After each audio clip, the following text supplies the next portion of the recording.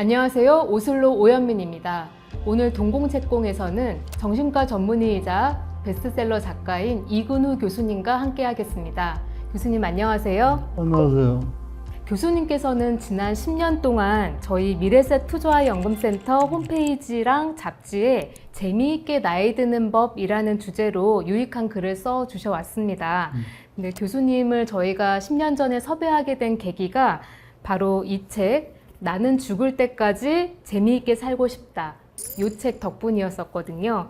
근데 이 책을 보고 저희가 기고를 요청드리고 나서 이제 10년이 흘렀는데 올해 또 이렇게 개정판이 나왔습니다. 개정판이 나온 거를 보니까 진짜 10년 동안 많은 독자분들께 울림을 주었던 게 아닌가 좀 그런 생각이 드는데요. 교수님께서는 90년에 가까운 세월을 살아오시면서 이 책이 제목처럼 재미있게 살아왔다라고 자부하시는지 그게 좀 궁금합니다.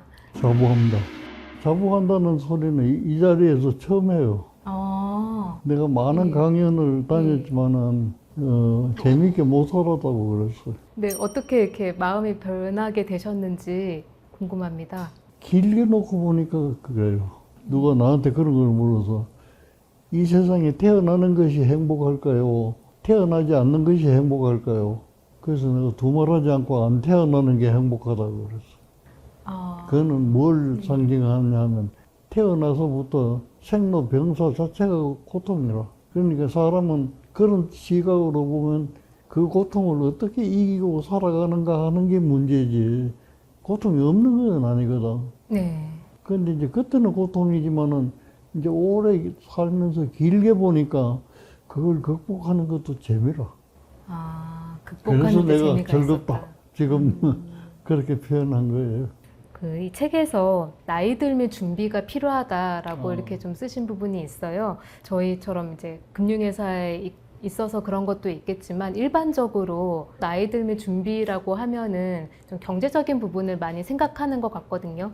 그러니까 노후에 그래도 좀 어느 정도 풍족하게 살기 위해서 얼마를 모아야 된다. 좀 이런 식으로 경제적인 준비가 나이 들미 준비라고 생각을 많이 하는 것 같은데요. 교수님께서 생각하시기에는 나이 들미 준비라는 게 좀 어떤 부분이 좀 중요하다고 생각하시나요? 내가 저런 생각을 하게 된 거는 정년 퇴임이 가까웠을 때 예. 내가 60세가 되던 해에 내가 생각하기 시작했어요. 그때 자꾸 100세 시대라고 그러니까 100세를 살자면 아주 반밖에는 안 살았는데 나머지 반을 어떻게 살아야 뜻있게 살 수 있을까. 현실에 급급하다 보니까 다른 걸 쳐다볼 여가가 없어요. 어릴 때는 부모를 기쁘게 해주기 위해서 공부만 하다 보니 내 공부는 하나도 없어요. 나라는 게 없는 거예요. 그래서 생각해 60세 이후 내 생활은 내가 있고 내가 주인이고 주인이 내가 어떻게 살아볼까. 그렇게 해서 이제 생각한 게 준비가 필요하다는 그거고 그걸 확신시켜 준 것이 이 책이에요. 이 책이 나오기 전에도 내가 이런 수필집은 한 20권 정도 있어. 있는데 그거는 뭐 초판, 재판 정도에서 다 끊겼어, 절판. 근데 그때 글이나 지금 글이나 똑같아요. 그때는 잘 못 썼고 요새는 잘 쓴다 그런 게 아니라 이거는 40만 부가 넘게 팔렸다고 하니까 말이지. 내 같은 사람한테는 이게 현실인지 꿈인지 이렇게 하고 그렇잖아요. 문학가들도 40만 부를 하다면 이게 힘드는 건데. 그래서 내가 이걸 분석을 해봤어요. 왜 내가 이게 베스트셀러 작가가 됐나. 왜입니까? 이 갤리온에서 계획을 잘해서 온 거예요. 계획을 잘했다고요? 여기는 딱 시장 조사를 해가지고 계획을 해가지고 왔더라고. 대상은 누구고, 글 내용은 뭐를 주로 하는데, 그때 이제 40, 50대가 이제 정년 퇴임을 하면 새롭게 어떻게 살아야 될까. 그걸 중점적으로 좀 하는 이런 계획을 딱 해가지고 왔어요. 그러고 또 뭐 판매 계획, 홍보 계획, 이런 걸 딱 해가지고 왔어요. 그래서 야 이렇게도 책을 내는구나. 그러니까 이게 40만 부나 팔리는 거예요. 그래서 내가 이제 강연하면서 생각해낸 제목 하나가 잘 기획된 책은 베스트셀러가 됩니다. 잘 기획된 삶은 베스트 라이프가 됩니다. 재밌지? 네. 그래서 이걸 내가 정년퇴임 60세 때 생각했던 내 생각이 옳구나 하는 확인을 한 거예요. 그리고 그 확인이 그 10년의 기간을 걸쳐서 지금 또 개정판이 나온 거 보면은 정말로 확인이 된 거네요. 그럼 네. 이 스테디하게 팔리니까 예, 예. 이게 전부 인쇄수로 말하면 93세. 그러니까 스마트폰이 나온 지도 지금 10년이 조금 더 된 거거든요. 근데 그거 생각하면은 10년 동안 책 보는 사람들이 계속 줄었는데 40만 부이면은 진짜 어마어마한 것 같습니다. 그럼요, 어마어마한 네. 거예요.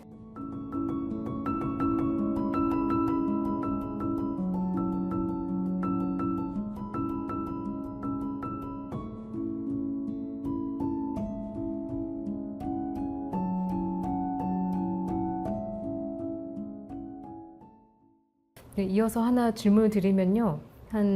아까 말씀하신 그 50세 금방으로 해서 사람들이 이제 주된 직장에서 이제 퇴직을 하지 않습니까? 근데 그때쯤 해가지고 자신의 삶을 이렇게 좀 돌아보시는 것 같더라고요. 내가 무엇을 이루었나 이런 것도 많이 생각하시는 것 같은데, 내 삶을 돌아보니까 지금까지 나는 돈을 많이 번 것도 아니고, 아니면 뭐 큰 명예를 얻은 것도 아닌 것 같고, 나는 딱히 성취한 것이 없는 것 같다. 나는 뭘 위해 살았지? 또 그런 것 때문에 좀 우울해하시는 분들도 있는 것 같거든요. 그래서 그런 분들한테 혹시 어떤 조언을 주실 수 있으실까요? 그런 분은 내 친구 가운데도 많이 있었어. 그래서 내가 이제 그런 조언을 해도 그게 잘 듣기를 않나 봐. 너무 그게 눌려가지고. 이런 내 친구가 있어요. 그 사람 저서는 종류로 말하면 100권도 넘어. 굉장히 많아요. 교수 생활을 했는데 학생 잘 가르쳤지. 저서 많지. 이름만 내가 대면 아는 분이에요. 다. 그래요? 그런 분이 말이지. 나한테 지금까지 살아봤는데 나는 하나도 해놓은 일이 없다고. 네? 뭐라고 반응해야 될지 잘 모르겠습니다. 그런 분도 계시군요. 그래서 내가 반응을 그래서 너 아침 먹었지? 그래, 먹었대. 저녁에 화장실 갔지? 갔다. 그것도 일이야. 해놓은 일이 없다 하니까 내가 그렇게 막 확 나타나가지고 이 얘기를 한 거예요. 생리적인 걸 가지고. 네가 밥 한 끼 안 먹고 한 번 화장실에 안 갔으면 지금 살 수가 있나? 그걸 지금 이 나이까지 해놓고 한 일이 없다 하면 그런 식으로 이제 우스갯소리로 나는 그런 생각이에요. 아무 일도 해놓은 사람이 없다는 그런 말을 하는 사람은 자기 착각이에요. 예를 들면 뭐 몇 살까지 살았든지 관계없어요. 그 사는 동안에 자기가 해놓은 건 엄청나게 많아요. 근데 왜 해놓은 게 없다고 그러겠어요? 자기가 해놓은 일에 대해서 가치를 부여하지 않기 때문에 그런 거예요. 밥은 아무나 먹나요? 돈을 벌어가지고 밥을 먹어야지. 밥 한 끼 먹기도 그렇게 쉬운 게 아니에요. 그렇죠. 벌어야 그럼요. 밥을 살 수 있는 돈을 벌 수 있죠. 그거 다 내가 해놓은 일이에요. 그러니까 이 세상 인구가 그렇게 많지만 해놓은 일이 하나도 없다 하는 사람은 하나도 없어요가 아니라 없어야 돼요. 아마 사람들이 그렇게 내가 해놓은 게 없어라고 이야기하는 이유가 본인보다 더 많이 성취한 사람들이랑 비교해서가 아닐까 싶거든요. 난 그거보다는 그만큼 일을 많이 해놔도 이제 말년에 가서 종말은 뭐예요, 사람은? 죽음이지. 그 죽음에 이르려고 하니까 허무한 거예요. 허무하다 보니까 내가 책을 100권을 내고 뭐 200권을 내도 그거 다 쓸데없는 짓이라는 거예요. 허무감. 그런 허무감에 빠졌을 때는 어떻게 해야 됩니까? 어떻게 해야 그런 허무감에서 좀 빠져나올 수 있나요? 그거는 교과서에 있나요? 각자 경험이 다르기 때문에 자기 경험대로 찾아나가야 돼. 그래서 내가 강연하면서 많이 주장한 책에도 뭐 그런 얘기가 나오는데, 우리가 부딪히는 일은 다 처음 부딪히는 일이에요. 그러니까 같은 게 아니니까 우리가 경험하는 모든 것이 새로운 거예요. 새롭다는 것은 두 가지 의미가 있어. 하나는 두렵고, 네. 하나는 궁금하고. 그러니까 두려움이 많은 사람은 거부감에 잘 빠지는 거예요. 아, 그렇군요. 궁금증이 많은 사람은 그것을 벗어나는 거예요. 그런데 이제 우리가 그런 걸 당하더라도 대체로 예. 또 자연 치유가 돼요. 그 이유는 뭐냐면, 그렇게 생각하면 다 새로운 거지만은 또 크게 생각해보면 어제 법에는 오늘 법에는 뭐 종류가 좀 다르다 뿐이지, 그게 들어가면 다 초화가 돼서 다 비슷한 거잖아요. 그러니까 거기에 대한 습관이 내가 돼 있는 거예요. 그러니까 새로운 걸 만나더라도 내가 별로 당황하지 않고 그렇게 먹는 거예요. 그러나 전혀 우리 문화하고 다른 어떤 세계에 여행했다고 생각해봐요. 거기서 보지도 않았던 말이지. 식사가 나온다 그러면 우선 어떻게 했어요? 이거 먹어도 되나? 그러면 그럴 때는 우리가 불안한 거예요. 예. 좀 이렇게 궁금증을 많이 가져야 어쨌든 좀 두려움도 극복할 수 있다. 예.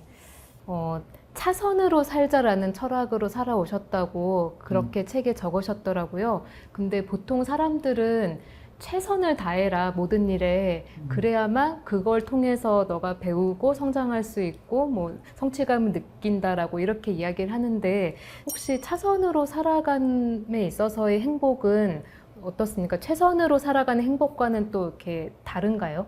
일반적으로 사정을 찾아보면 이제 최선이 제일 좋은 거예요. 네. 그런데 나는 생각이 조금 달랐어요. 최선이라고 하는 것은 모든 걸 쏟아붓는 거야. 네.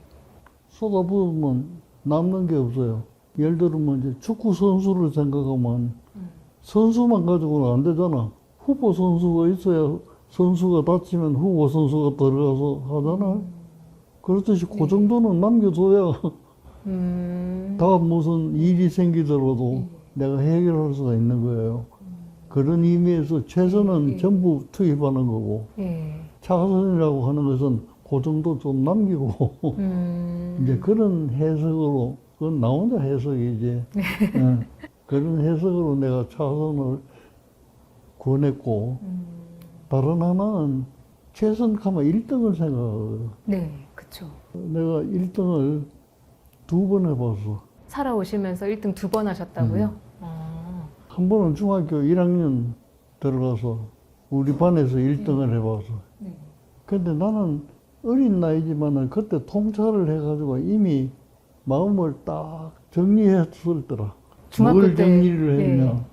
초등학교 때 내가 따라가려고 해도 따라갈 수 없는 애가 하나 있어서. 공부도 잘하고 운동도 잘하고 리더십도 있고 이 만능이야. 좀 엄친아라고 그러죠. 네. 그래서 내가 걔를 한번 이겨봐야 되겠다 싶어서 집에서 막 밤도 새우고 했는데, 언제든지 걔는 1등이고 내가 막 공부하면 2등이고 또 공부 안 하면 막 10등, 20등 떨어지고. 그래서 내가 졸업할 때쯤 뭘 깨달았느냐. 1등은 하늘에서 내리는 사람이고, 내 같은 사람은 노력을 하면 2등하고 좀 놀면은 10등, 30등 하고. 그래서 1등이라는 것은 내 생각에서 접었어요. 내 같은 사람은 쳐다볼 등수가 아니다.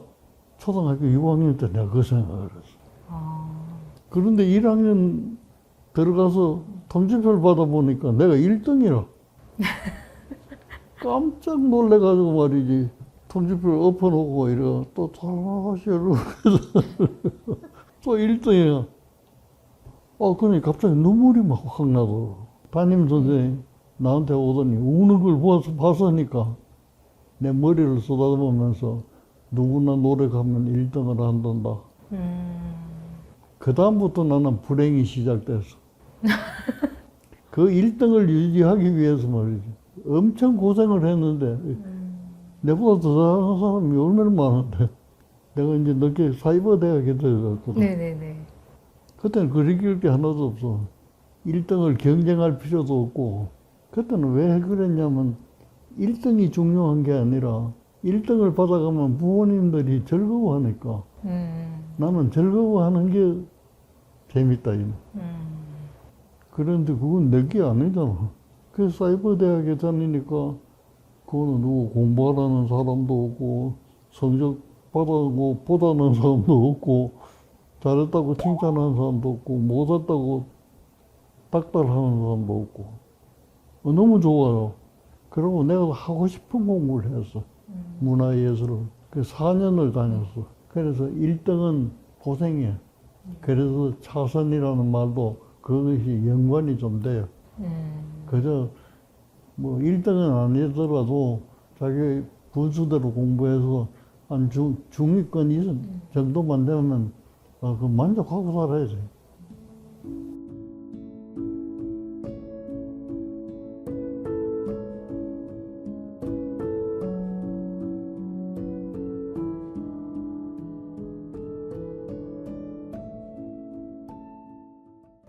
네, 교수님께서는 이제 의사로서 또 많은 환자들 치료도 하셨고 또 후학도 많이 양성하시지 않으셨습니까? 봉사활동도 많이 하셨고 또 이렇게 베스트셀러 작가이시기도 하시잖아요. 독자 입장에서 봤었을 때는 아, 교수님은 정말 더할 나위 없는 삶을 사신 것 같다 이런 생각이 좀 들거든요. 아, 진짜 후회 없는 인생이셨을 것 같다 이런 생각을 하는데 실제로 후회가 남는 일이 있으신가요? 후회가 없는 사람이 있을까요? 근데 왠지 많은 성취를 이루신 분들은 뭐 딱히 뭐 후회되는 거 없네 이럴 수도 있지 않을까라는 생각이 들거든요. 워낙 여러 가지 일들을 다 성공적으로 많이 해오신 것 같다라고 독자 입장에서는 좀 느껴지기도 합니다. 근데 나라고 해서 별난 사람은 아니잖아요. 여러분이나 나나 다 똑같은 사람인데 뭐 후회가 없을 수는 없어요. 여러분이 후회가 있다면 나도 후회가 있는 사람이에요. 근데 이제 그런 후회가 있다고 하더라도 후회만 하고 앉았으면 어떻게 되겠어? 이제 그거는 내가 환자들로부터 배운 거예요. 환자들로부터요? 환자를 보다가 보면 지나간 일을 붙잡고 후회하느라고 지금 일을 못해. 옛날 일을 후회하면서 안타까워하고 새로 그걸 어떻게 해야 되겠다. 지나갔는데 어떻게 버스는 지나갔는데 손 든다고 버스가 서나요? 버스는 지나갔는데 계속 손만 들고 있으니까 지금 일을 할 수 없는 거예요. 내 앞에 좋은 기회가 많이 지나가도 그냥 지나갈 뿐 내 눈에는 안 보이는 거예요. 그래서 내가 환자를 선생님 삼아서 내가 배운 거예요.